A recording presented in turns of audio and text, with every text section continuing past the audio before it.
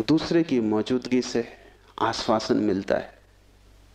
दुख में सुख में कोई साथी है, जीवन में मृत्यु में कोई साथी है।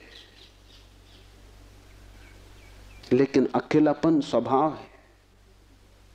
और जिस व्यक्ति ने यह अनुभव कर लिया कि आत्मा ही बस मेरी है, उसने अपने अकेलेपन को अनुभव कर लिया। भागने की कोई भी जरूरत नहीं तो झंझट पीछे चली जाएगी। तुम जहां हो वहीं रहना, रत्ती भर भी बाहर कोई फर्क करने की आवश्यकता नहीं है।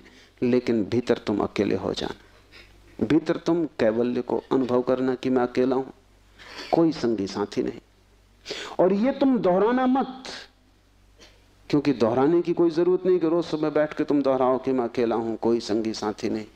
इससे कुछ भी ना होगा। ये दोहराना तो सिर्फ यही बताएगा कि तुम्हें अभी ख्याल नहीं हुआ। इसे समझना, ये तथ्य है कि तुम अकेले हो। समझने में अड़चन है, वही तपश्चर्या है। तप का अर्थ नहीं है कि तुम धूप में खड़े हो जाओ।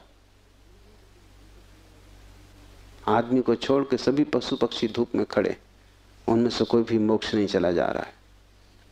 और तप का अर्थ ये नहीं है कि तुम भूखे खड़े हो जाओ, अनशन कर लो, उपवास कर दो, क्योंकि आधी दुनिया वैसे ही भूखी मर रही है। कोई उपवास करके मोक्ष नहीं पहुंच जाता है।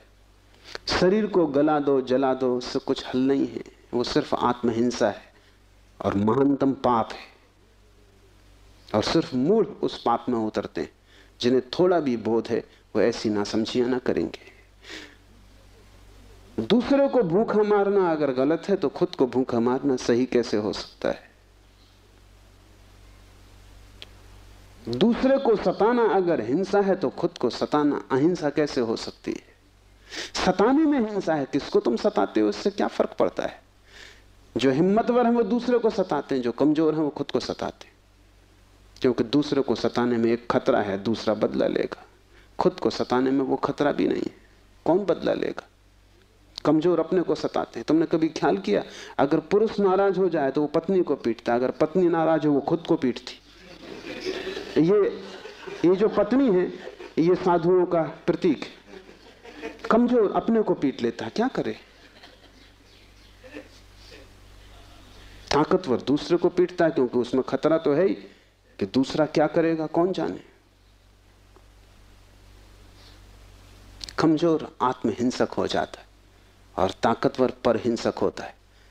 और धार्मिक वो है जो अहिंसक, न वो दूसरे को सताता है न खुद को सताता है। सताने की बात ही व्यर्थ है। तपश्चर्या का अर्थ है कि तुमने ये सत्य स्वीकार कर लिया कि तुम अकेले हो, कोई उपाय नहीं है संगी साथी का। तुम कितना ही चाहो, कितनी ही आंखें बंद करो, सपने देखो, तुम अकेले ही रहोगे। जन्मों जन्मों से तुमने घर बसाए, परिवार बसाए, मिटाए, लेकिन तुम अकेले ही रहे हो। तुम्हारे अकेलेपन में रत्ती भर फर्क नहीं पड़ता। जिसने ये जान लिया, स्वीकार कर लिया कि मैं अकेला हूं, उसके लिए इंगित है इस सूत्र में चैतन्य आत्मा है, वही तुम्हारा और कोई तुम्हारा नहीं। और दूसरी बात इस सूत्र में है, वो है चैतन्य।